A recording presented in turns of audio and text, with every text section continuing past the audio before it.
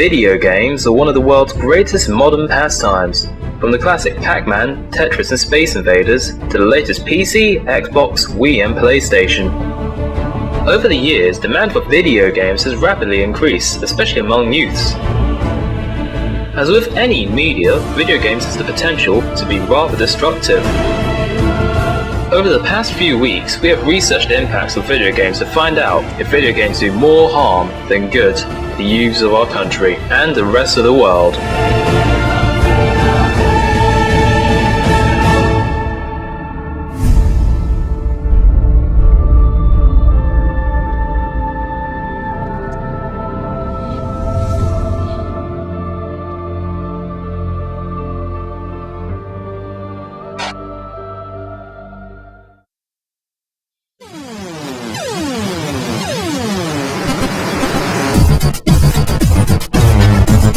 The Thomas Deacon Academy is one of Peterborough's super schools. This is where we conducted our research. From our survey we gathered that females play video games just as much as males. We also found that a large majority of people play video games every day, with most of them playing video games for up to 2 hours. With so many people playing video games, should we can't afford to have that many negative impacts? Let's take a look and see what they are. On August 16, 2011, a 15-year-old boy was sentenced to prison after stabbing his grandmother and great-grandmother with a 36-inch blade in a fight over a video game. However, this was not his first encounter with the authorities, so this might have just been a catalyst for what happened.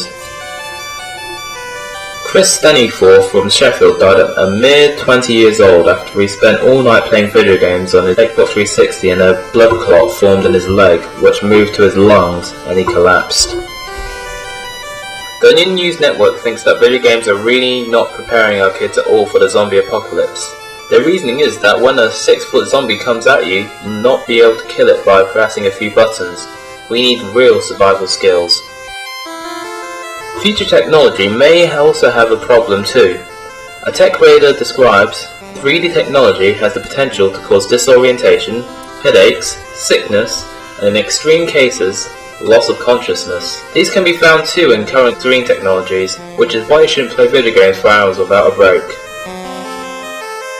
Miss Cooner, a psychology teacher from the Thomas Deacon Academy, says that the severe problems only affect a small number of the population, and those are people with more addictive personalities anyway. She also says it only becomes a problem when it hinders other regular daily activities, and ergo, she thinks it is important to have age restrictions, and for parents to regulate usage.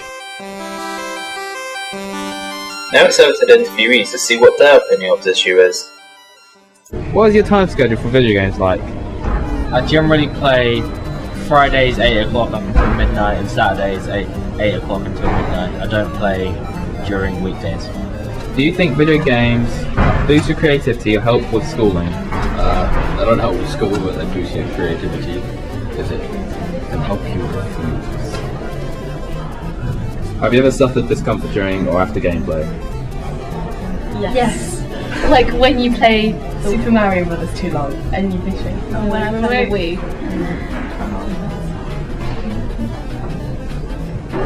What is your time schedule for games like? I play them most at the weekends. Do you think it gets in the way of school life? Sometimes. Procrastination kicks in. Going on to video games helps that, unfortunately. Do you have any children in secondary or primary school? I have one little girl, she's 5 and she's in primary school. How do you feel about them playing video games?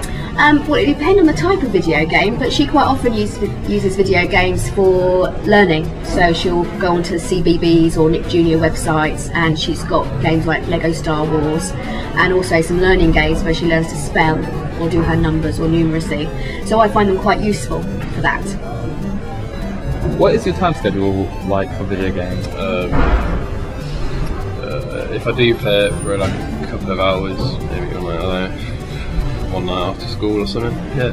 What is your time schedule for games like? I don't have one. What's your schedule for video games like? Every other day. What is your time schedule for games like? Probably an hour a day. Have you ever suffered discomfort or during or after gameplay? I haven't felt like extreme discomfort, but like I might get like slightly annoyed during the game. That's pretty much it. Do you think it gets in the way of school life? It depends. I mean, sometimes, I've done homework not homework. I've done games instead of homework a numerous amount of times, but not to a large extent. What is your time schedule for video games like? Whenever I have time, I engage in playing video games normally during the evening when I've completed all my coursework. And You need to find a time when you have high bandwidth and low latency, maximum gaming potential. Do you think it gets in the way of school life? I think it can do, so that's why I stopped to do other things. Do you have any children who play video games? Yes, I've got one child that plays on a 3DS, and she actually plays a lot of games on that console. Also, a Wii. They use a Wii, and they play various games on that. Do you think games boost your creativity or help with schooling? Yeah, definitely. Yeah. Are there any other positive or negative impacts you would like to mention? About video games? Yeah. I think they can be positive in bringing people together. There's that Fold It game on the internet, which unlocks preteens. That's an advantage. That's like scientific breakthrough in video game content. Do you think video games affects how your students work in lessons? I know that it can take a lot of time to do things, so I think the time that people spend on games, for example, if you built a website, you could do a pretty good website in the sort of time it would take to play a game and get to a certain level.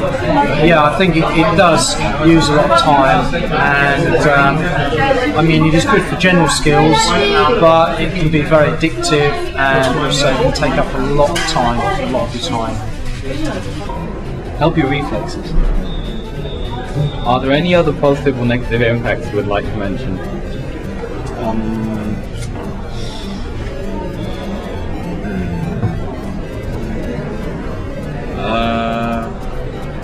Playing online, you need a good mic.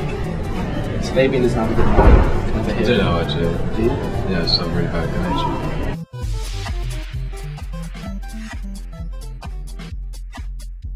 Naturally, there are many benefits of video gaming as well. Evergreen School in America visited Valve's game company as part of a spatial reasoning project and used its renowned game Portal to teach its children teamwork, mathematical principles, and problem-solving skills. One helper commented, "You teach them the basic principles and they're just off like a rocket. They learn from this, and then just start making what they want. It's really exciting." Researchers at Toronto Hospital found that stroke patients who play video games are 5 times more likely to improve their arm motor functions than those who use standard therapies alone. It is a promising, affordable, and effective alternative to promote recovery, one doctor said. As far back as the 90s, video games have been used specifically for educational purposes. One example being Sonic Schoolhouse, published by Sega, where kids play minigames and learn about numeracy, literacy, and nature. Our psychology expert has identified that video games should not stand in the way of social interaction or day-to-day activities when used in moderation. She recalls a study conducted some time ago where they tested the spatial memory of boys and girls in specific tasks and found that boys were strong in the task. One conclusion was that it could be due to the link between how much more time boys tend to spend on video games in comparison. A study into teenagers and video games found that video games can even help improve social interaction and are far from bad for it. 76% of people play games with others, and 65% of gaming teens play with people in the same room. The average teen plays all kinds of different games, so the stereotype that gaming is completely solitary, violent, and antisocial just doesn't hold up. And that's the end of the documentary. It's hard to say whether or not video games are used friends or foe, but from our research, it only seems to be coincidental when someone gets badly impacted by it. In the end, whether or not you think video games are good for you, it's up to you. Thank you and goodbye.